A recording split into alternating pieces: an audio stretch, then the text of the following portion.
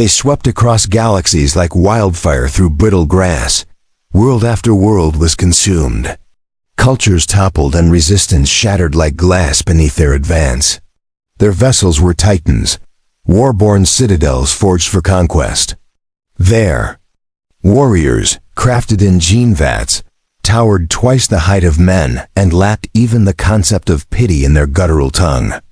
Earth was unknown to them, until it wasn't. Humanity had only begun to reach beyond its cradle, a few frail colonies. Scattered Mars, Europa, a mining station at Proxima Centauri. Harmless, insignificant, ants tinkering with fire. But the Varnick followed doctrine: exterminate before contamination. They dispatched no armada, only a single war cruiser, the Varnick, with a token escort wing. More than sufficient to erase fledgling species and record the purge. They anticipated another effortless culling. What they found instead was the Solace. Not Earth's largest ship, nor its most advanced. Hell, even then the ship ran on patched software and an engine core older than half its crew. But it carried something the Varnick couldn't quantify. Captain Elijah Rohr. Their first meeting came at the fringe of the Gliese system. Varnick warships slipped from warp, hulls black as midnight and bristling with death. The Solace stood alone, a patrol craft watching the border of human reach. Rohr didn't retreat. "Tell command we've got company," he said, calm as ever, sparking a cigarette as warning klaxons blared. "And arm everything we've got. We hold this line." His bridge fell silent. "Captain, that's a Varnick cruiser." "I know what it is," Rohr cut in, voice like iron. "You see another ship here ready to fight?" "No, sir." "Then it's us." The Solace spat out every drone, armed every torpedo, brought its old fusion lance unused for years back to life. The crew readied for death. Everyone except Rohr. Or maybe he knew and simply didn't care. Varnick struck first. Bolts of searing plasma ripped across the void, shields howling in protest. A hull section ruptured, burning. Still Rohr called orders like a chessmaster, not a doomed man. Cut life support on deck 4, divert power. To the guns. Every shot was precise. The Solace slashed and clawed back, savage as a cornered beast. The escorts fell first, one erupting in fire, the other drifting crippled into darkness. Then it was only the Varnick and one human ship. Rohr rose from his chair, watching the monstrous cruiser fill the screen. "Let's dance." "You overgrown lizard." The Varnick misjudged him. It advanced slow, steady, suffocating. It wasn't built for duels. It was built for submission, for despair. But Rohr gave it neither. He gave it fire. The Solace surged forward in a maneuver no sane captain would dare, slid beneath the Varn's belly, and loosed 2 torpedoes point blank. The blast shattered its lower shields, and for the first time in decades, a Varnick cruiser staggered. Rohr grinned through blood and smoke. "Welcome to humanity, bastards." And across the fleet channels, a single report echoed again and again. "The line is holding." The Varnick wasn't crippled, but it was disgraced. The Varnick didn't just conquer, they erased. Whole systems vanished under their dominion. Yet, here, orbiting a forgotten yellow sun, a battered relic had cracked their armor. Not through strength, but fury. The Solace didn't retreat, it couldn't. Engines cooked. Stabilizer half gone. 2 decks dark. Medbay overflowing. Lights flickering like a dying heartbeat. Still Rohr stood tall. His XO, Lieutenant Vega, arm in a sling and face seared, kept her eyes sharp. "Captain, we need to fall back to Titan. We've got nothing left." Rohr scanned the broken displays. "And if we run, every colony between here and Earth burns. They need time. We're going to give it. With what? Prayers and duct tape." A smirk through exhaustion. "Prayers optional. Duct tape's the only thing holding engineering." The crew's bitter laughter cracked the silence. They weren't just fighters anymore. This was survival. And their captain still had fight. The Varnick came again, no mercy this time. Plasma tore through space with surgical cruelty. Shields collapsed. Hull ruptures split decks 3 and 5. Fire swallowed the lower cargo hold. 27 lives gone in seconds. Roar didn't waver. He strode to the tactical console, charting a suicide course. "They think we're finished," he muttered. "Let's show them what dying humans can do." The Solace struck back not with might, but with desperation. Roar armed every last warhead for point-blank detonation. He turned his ship into a drifting minefield. "They come close," he told the gunner. "Light them up. I want that cruiser to choke on our fury." When the Runvac moved in for the kill, expecting another, what should have been an easy execution turned into waves of shrapnel, molten wreckage, and kamikaze drones screaming across the cruiser's hull. It didn't stop the Runvac, but it slowed it. And in war, minutes matter. Because while Roar was bleeding time, the rest of humanity was stirring awake. Earth's command center received his fractured transmission, scrambled and glitching, but the message burned through clear. "We're not backing down. If this is our grave, we'll bury them with us." The words hit Earth like thunder. Civilian feeds replayed them nonstop. Colonists on Mars, miners on Europa, pilots and ex-Marines on freighters, all watched one ship stand against the impossible. Roar wasn't just stalling, he was setting fire to the human soul. On Solace's bridge, sweat ran down his temple as he eyed the cracked viewport. The Runvac bore new scars, blackened streaks along its flanks, lights stuttering across its underbelly. It wasn't used to this kind of fight, wasn't used to resistance. "They'll call reinforcements," Vega warned. "So will we," Roar said. For the first time in history, humanity might actually arrive. He didn't know yet, but halfway across the system, the half-retired dreadnought Vanguard was powering up. A Martian Workland had seized the signal and was en route. Even a Saturn convoy, strapping railguns to freighters with raw fury, was jumping in. The Varnick had awakened something they couldn't quantify. Not a fleet, not an army. Humanity itself. The Runvac paused. Not in fear, it didn't know fear, but in confusion. Resistance was illogical. Protocol dictated primitive races collapsed, submitted, scattered, yet the Solace had endured, had hurt them. Worse, new ships pinned on long-range scans, sloppy by Varnick standards, uncoordinated. But they were coming and fast. On Solace, Roar stood hunched at the console, eyes bloodshot, face smeared in ash. His voice rasped across the comms. "All hands listen. Friendlies inbound. They heard us." For a moment, silence. Then weary cheers.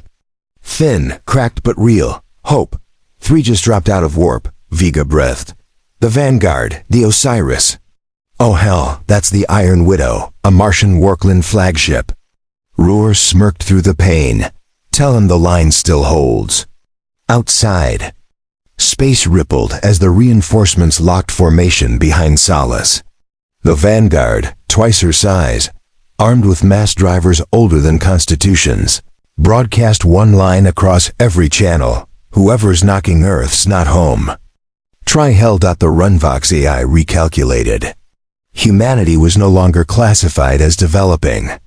They were escalated to disruptive. It answered with escalation of its own. Hyperspace tore open, disgorging 2 destroyer-class Varnick vessels. Jagged predators with burning cores. Their arrival rippled through the void like a predator's growl. Alarms howled on the Solace. The crew didn't flinch. Roar looked out the viewport. "So they brought friends." "Looks like a party," Vega muttered, strapping in. The Iron Widow moved first. It didn't flank. It charged, hurling itself at a destroyer like a guided missile made of rage. Martians were unhinged. They wore scars like banners and wielded weapons outlawed in every civilized system. They didn't care. The Varnick had burned a Ceres settlement from orbit. No survivors. Martians never forgot. The void erupted. Beams carved silence. Metal tore, bursting into flame without sound. The Osiris swung wide, raining slugs into the second destroyer. The Vanguard unleashed a volley of fusion torpedoes that punched holes through enemy shielding. And still in the middle of it all, holding the front like a stubborn ghost, stood the soulless, half-dead, leaking coolant, but unmoving. "They're focusing on us again," Vega called. "That cruiser wants us gone. It's ignoring the others." "Because we embarrassed it," Roar muttered. "Good, let's piss it off some more." He keyed into engineering. "How's my cannon, Voss?" Chief Voss coughed through static, held together by spit duct tape and a prayer to Newton. "Sir, that's enough." The fusion lance hadn't been fired since the first volley. Now it hummed with a soft, threatening low. Roar narrowed his eyes at the "Run vac on screen. Line it up. I want to punch through its eye socket." As the Solace maneuvered, dodging plasma bolts with sluggish grace, the crew felt something shift. They weren't prey anymore. They were the anchor, the symbol. Other human ships were arriving, smaller vessels, armed freighters, even a damn asteroid with explosives strapped to its side. Humanity wasn't organized, but they were relentless, angry, united. In a galaxy used to folding civilizations like napkins, this didn't make sense. But that's what made humans dangerous. They didn't follow the script. The Solulus reached firing position. Roar stood, one hand on the control. Fire. The fusion lance unleashed a beam of raw energy, slicing across the stars and tearing into the Runvac's forward hull. Armor buckled. The beam didn't destroy the ship, but it hurt it again. The Varnick couldn't understand why this kept happening. Neither could the stars, but every human watching the feed from Earth, Mars, and beyond knew things were. Because that's what we do. We hold the line. A groan. "Symbol, Captain," Vega called, eyes wide. "We're getting a transmission from Earth Defense Command." Roar raised an eyebrow. About time they joined the conversation, pewed it through. A voice came through, distorted, but urgent. "Captain Roar, this is General Elena Corvinus. You've bought us hours we didn't have. Reinforcements are en route. Heavy cruisers, destroyer support. ETA 20 minutes. Can you hold?" He smiled, voice low and firm. "We've been holding. Just get here before wearing out of ship." Cheers broke out across the bridge. Not loud, not wild, just tight, hard claps of relief. They weren't alone anymore. But 20 minutes was still 20 minutes, and the Runvac wasn't giving up. It powered forward, cutting through the void like a wounded beast on a killing run. Plasma turrets lit up, carving through the mining convoy, vaporizing 2 ships in seconds. One destroyer exploded, taking a section of Martian fighters with it. The Iron Widow limped back, engines flickering. The human line faltered. "On the Solace, Lieutenant," Vega shouted. "We've got a breach on Deck 6. Hull integrity failing. Seal it off." Roar barked, "Emergency pressure lock. Roux coolant to the main engine core. We're going to ram if we have to." Captain Vega started, but cut her off with a raised hand. "If we die loud." The crew braced. The Solace turned. One last charge. One last scream in the face of extinction. And just as the ship's engine surged forward, ready to go out in fire, the stars behind them lit up. 3 Earth cruisers dropped from warp. The Dauntless, the Erebus, and the Pillar of Autumn. Massive hulking beasts of war. Guns charged and aimed. Roar laughed breathless. "You're late." The Dauntless fired first. Twin plasma mortars slammed into the Runvac, splitting its flank. The Pillar of Autumn followed, battering the remaining destroyer until it cracked open like a steel egg. The line didn't break. The line surged forward. The battlefield transformed the moment Earth's warships entered the fray. Where there was chaos, now came coordination. Where there was desperation, now surged fury. The Dauntless led the charge, its massive dorsal cannon firing volley after volley into the Varnick line. The soundless impact of its shots in space was a kind of poetry, beautiful, brutal, and exact. The Erebus followed on its flank, peeling off enemy fire like it was swatting flies. Its shield system centuries ahead of what the Solace could manage. But no ship, not even Theseians, drew more eyes than the soulless, scorched, lopsided one. Engine barely holding together, and still holding the line like it was tethered to history itself. Captain Rohr stood in silence, arms crossed as the human fleet unleashed hell. He didn't smile. Not yet. "We got coms from the Pillar of Odom," Vega said breathless. "Admiral Dreyfus wants to speak directly." "Tell him to hold," Rohr replied, still staring. Out the cracked viewport, "We've got unfinished business." The Runvenk was retreating, bleeding sparks and core fluid from gaping wounds across its hull. The pride of the Varnick fleet, their conqueror of stars, was in full reverse. Shield generators flickering like dying candles, but Rohr wasn't going to let it get away, not after all this. He turned to Vega, voice low and cold. "That thing torched. Colonies burned our Piopliliv. If it leaves, it'll come back with an armada. We end it now." Vega didn't argue. She just nodded. Engineering was a wreck. Voss coughed through the fumes on coms, his voice ragged. "Captain, she's barely hanging. Together, one more push might rip us in half." "I know," Rohr said. "That's why I'll need to time it perfectly." The plan was madness. No backup strategy, no escape pods ready, just raw force and a very precise detonation. They were going to ride straight into the Runvak's weakened flank and set off every last. Warhead on the Solace, manually triggered, point blank, where the cruiser's shield matrix was already failing. It was suicide, but Rohr didn't care. He sent a fleet-wide transmission. "All ships, stand clear off Solace. We're making one final pass. Admiral, if we don't make it out, finish the job." For a brief moment, silence reigned. Then the Dauntless cut its engines and pulled back, clearing a path. The Solace turned, broken nose pointing directly at the Varnick warcruiser.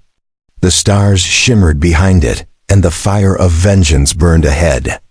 Inside the Runvak, panic stirred, mechanical, calculated, yet real. The humans weren't retreating. The Logicare scrambled to make sense of it.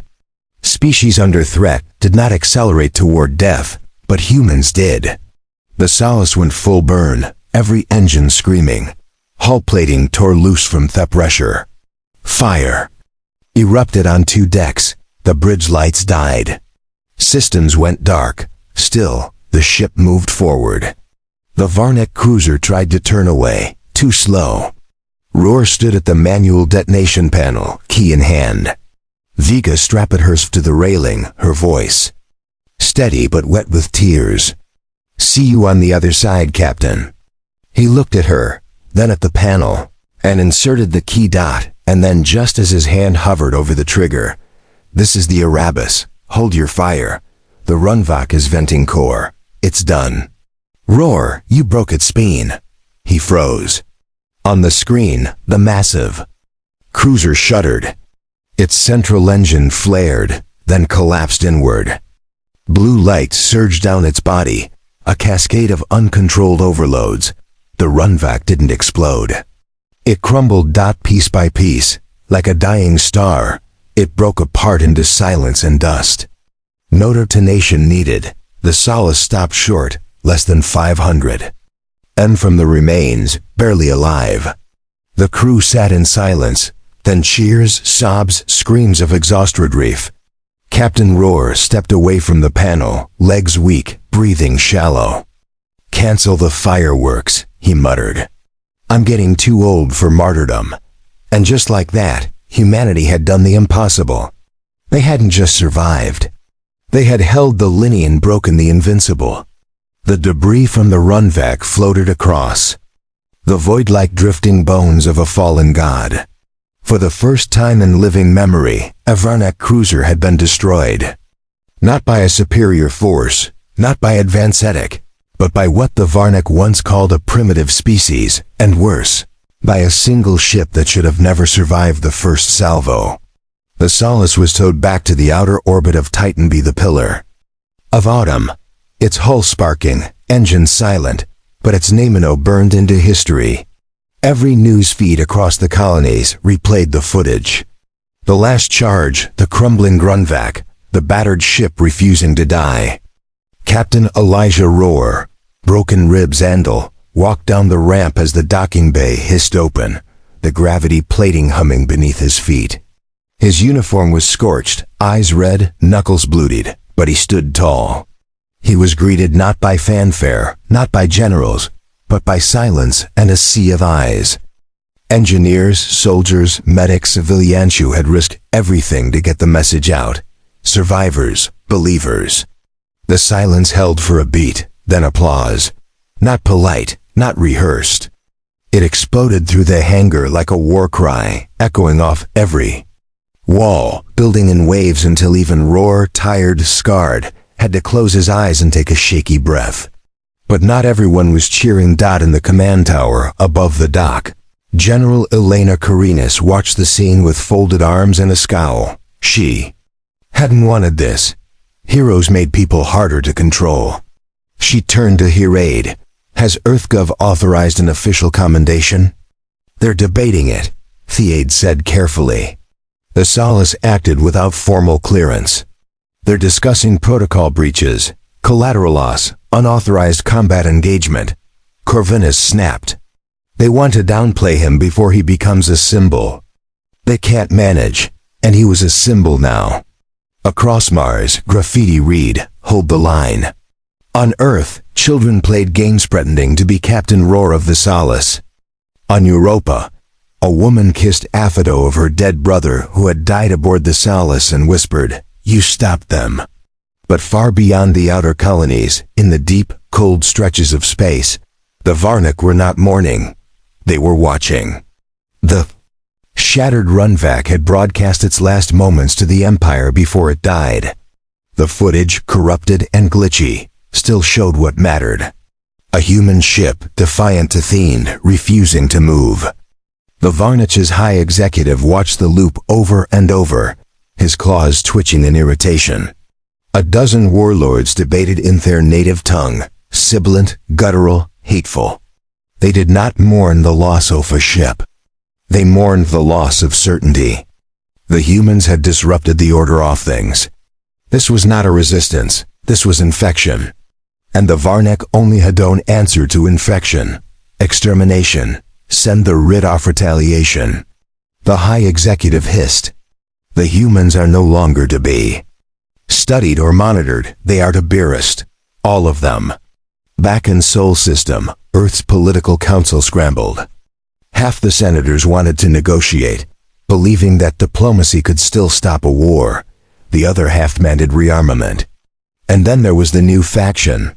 Young militant, inspired by Ruhr, colonists, engineers, smugglers, ex-soldiers, and students. They didn't wait for governments. They organized online, calling themselves the Soulless Legion. They pledged to defend humanity by any means, with or without permission. They wore patches stitched with one phrase, "We hold the line." Rohr didn't want fame, he didn't want politics. But in the aftermath, as medals were tossed at him like apologies, he realized something. This wasn't the end. The Varnick would return, and next time they wouldn't underestimate humanity. 3 weeks passed since the battle. The Solace, barely a ship anymore, more like a floating coffin wrapped in legend, rested in dry dock above Mars. Engineers swarmed over it like ants on a dying tree, debating whether to scrap or preserve it. Politicians wanted it as a museum piece. Soldiers wanted it reforged into something deadlier. But the people wanted it remembered exactly how it was. Ashvakul's command core, a billion nanowires pulsed across the neural chamber, feeding information directly into the overmind. It wasn't a being. It was vengeance encoded and sentient. Varnick didn't want prisoners. They didn't want surrender. They wanted to make an example. But this time, Earth was waiting. Near Saturn's orbit, the newly born Solulus Requiem hummed with power. Stronger, sleeker, still scared with the memory of its last stand. But now, reborn as a war machine crafted unity, rage, and defiance, Captain Elijah Rohr sat in the command chair, every nerve alike. His bones still ached from the last fight. His mind still carried the ghosts of the ones they lost. But his heart was ready. "All ships report in," Vega called out, seated at his right, her voice cutting through the static like fire. One by one they came online. The Vanguard, Iron Widow, Osiris, Pillar of Autumn. Then dozens more. Ships that hadn't existed weeks ago. Civilian convoys now armed with warheads. Retired freighters converted into missile barges. Even a few black market stealth rigs, their crews grinning like wolves in the dark. The Solus Legion was no longer a symbol. It was an army. Rohr rose slowly, his voice steady on the open calm. "Make no mistake, they're not just coming for our worlds. They're coming to erase our existence. They want us forgotten." He looked at every screen, 8 for each crew. "They call this their galaxy. They think we're just an inconvenience. Well, today we remind them who the real problem is." A pause. "Today we hold the lean again." He sat and space exploded. The first wave hit like a tsunami of light and metal. Varnick destroyers surged forward, firing plasma lances and quantum disruptors, tearing into the human formation with ruthless precision. The Iron Widow took the brunt, its Martian hull groaning boot unbroken. The Osiris launched counterstrike missiles, saturating the dark with clouds of flame. For every human ship that fell, another surged into its place. They didn't scatter. They didn't retreat. They pushed. The Solus Requiem weighs very where. Rohr drove it like a blade between ribs, weaving through enemy fire, targeting weak points, smashing apart 2 destroyers in the first 5 minutes of battle. Her fusion lance now fired in precise bursts, each one tearing through enemy armor like paper. But then came the Ashvakel. A single pulse from its central cannon sliced through space and vaporized 3 ships instantly. The explosion lit the void, sending shock waves across the battlefield. Vega screamed over comms. "Ashvakel is charging for another shot." Rohr didn't blink. "Close the distance. Get under it." That monster was built to break planets, not people. The Solus Requiem burned hard toward the Ashvakel, dodging debris and weaving between enemy lines. Other ships followed, Vanguard laying down cover fire, Erebus launching drones in all directions, swarm tactics in full effect. But it wasn't enough. One by one, the dreadnoughts began to move. Not fast but deliberately, targeting Earth's orbital station's humanity shirt. Rohr saw it. He felt it in his bones. They're going for the kill. He up and fleet-wide comes. "All hands, this is it. Every ounce of power, every shot you've got. We take the Ashvakel down or Earth burns." The approach was hell. 3 more human ships exploded before they got within firing range. The Solus shook under direct impact, flames licking the control deck. Vega was bleeding from the temple, and Rushan's trembled from a fractured wrist. But they kept going. The final volley was a suicide run. "Target its core," Rohr shouted. "And prep the charge." Vega looked at them. "You're not doing this again. We don't detonate us. We plant it," he said through gritted teeth. "We're not dying heroes. We're survivors with a vendetta. With the Ashvakel's defenses torn open by the combined fire of the Pillar of Autumn and Dauntless, the Solus Requiem plunged into its belly like a dagger. Rohr and Vega personally led a boarding team onto the enemy dreadnought, fighting through Varnick drones and breathing in recycled firest. They made it to the core chamber. Seething pulsed like a dark heart. Rohr stared at it, whispered, "Time to return the favor." They planted the fusion bomb, set it to a delayed trigger, and sprinted like hell. Back aboard the Requiem, the engines were barely holding. The crew was running on willpower and adrenaline. The human fleet had fallen back, beaten and broken. But watching. And then light. The Ashvakul detonated from the inside. A slow, swelling bloom of white that lit stars like a second sun. Varn systems collapsed instantly. Their dreadnoughts blinked offline. Their formation fell apart. They hadn't just lost a ship. They lost their god, and he ran. For the first time in history, the Varnick retreated.